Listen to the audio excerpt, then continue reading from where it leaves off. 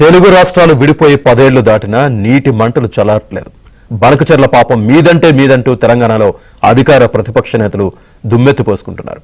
అటు బీఆర్ఎస్ అస్తిత్వ పోరాటాన్ని రెండు ప్రాంతాల సమస్యగా చిత్రీకరించవద్దని ఏపీ నేతలు సూచిస్తున్నారు.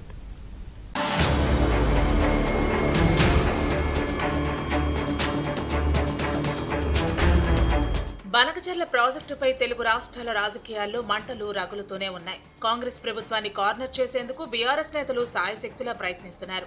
దాంతో పవర్ పాయింట్ ప్రెజెంటేషన్ రూపంలో బీఆర్ఎస్ పై సీఎం రేవంత్ రెడ్డి ఎదురుదాడి చేశారు. గోదావరి బనకచెర్ల రాచపుండు రాజేసింది కేసీఆర్ అని, చచ్చిన పాము లాంటి బీఆర్ఎస్ ను లేపేందుకే జల వివాదాలు రాజేస్తున్నారంటూ సీఎం రేవంత్ మండిపడ్డారు. అంతేకాదు, గతంలో కేసీఆర్ ఏపీ పర్యటనలో చేసిన వ్యాఖ్యల్ని ప్రదర్శించి తమ ప్రభుత్వాన్ని బద్నాం చేసే కుట్రను రేవంత్ రెడ్డి బయటపెట్టారు. మీరు ఈ రోజు మన కళ్ళ ముందు కనపడతాం. సుమారు 1000 టీఎంసీ గోదావరి నుంచి పోయింది. ఆల్మోస్ట్ ఇప్పుడు 2 ప్రాజెక్టులు మనకు శ్రీశైలం సాగర్ ఫుల్ అయిపోయి సముద్రాన్ని నిలబోయి పడుతుంటాం. ఆ నీళ్ళు అట్లా వేస్ట్ గా పోకుండా మన ప్రజలకు ఉపయోగపడాలని చెప్పి పాజిటివ్ నిర్ణయానికి వచ్చాం. ఇది గత 60-70 సంవత్సరాల తెలుగు వాళ్ళ చరిత్రలో ఒక కొత్త అధ్యాయం జగన్ గారు నేను కలిసి లిఖించబోతా ఉన్నాం. దీంతో బీఆర్ఎస్ మరోసారి ఎదురుదాడికి దిగింది. రేవంత్ వ్యాఖ్యలకు హరీష్ కౌంటర్ ఇచ్చారు. సముద్రంలో 3000 టీఎంసీలు కలుస్తున్నాయి.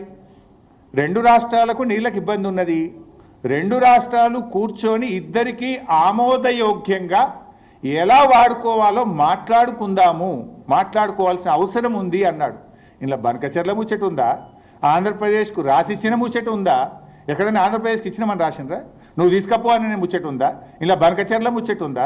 బనకచెర్ల పేరుతో తమ ప్రభుత్వంపై కుట్రలు చేస్తున్నారంటూ మంత్రి తుమ్మల నిప్పులు చెరిగారు. తెలంగాణ సెంటిమెంట్ రెచ్చగొట్టే పార్టీల నాటకాల్ని ప్రజలకు వివరించాలంటూ కార్యకర్తలకు పిలుపునిచ్చారు.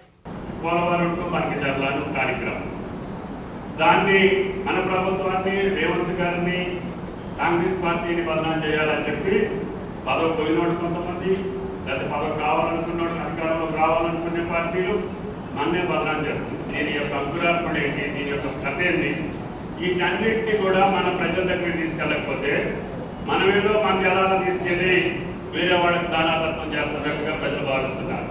మన నష్టపెట్టేటటువంటి మన ప్రభుత్వాన్ని బదనాం చేయాలనుకునేవాడు కానీ అది బీజేపీ కావచ్చు, బీఆర్ఎస్ కావచ్చు, వేరే రాజకీయ పార్టీలు కావచ్చు, మనం వెంటనే గ్రామ స్థాయి నుంచి మనం దాన్ని ఖండించి. మరోవైపు ఏపీలో అధికార పార్టీ నేతలు సామరస్యంగా ముందుకెళ్లేందుకే ప్రాధాన్యం ఇస్తున్నారు. తెలంగాణకు తాము వ్యతిరేకం కాదని తేల్చి చెబుతున్నారు. కేటీఆర్, హరీష్ మధ్య అస్తిత్వ పోరుకు రాజకీయ రంగు పులిమి 2 ప్రాంతాల మధ్య పోరుగా చూపుతున్నారని విమర్శిస్తున్నారు. తెలంగాణలో జరుగుతున్నటువంటి రాజకీయ అస్తిత్వ పోరాటమే తప్ప తెలంగాణకు మేము ఎప్పుడూ కూడా వ్యతిరేకం కాదు. కేవలం సముద్రం లేకపోతున్నటువంటి జలాల్ని వాడుకునేటువంటి ప్రయత్నం చేస్తున్నాం.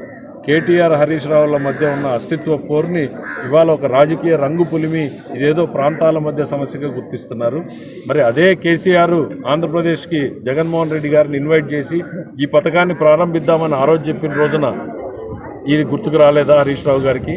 మొత్తానికి బనకచెర్ల ప్రాజెక్టు నిర్మాణానికి కేంద్రం బ్రేక్ వేసినప్పటికీ తెలంగాణ నాయకులు మాత్రం శాంతించడం లేదు.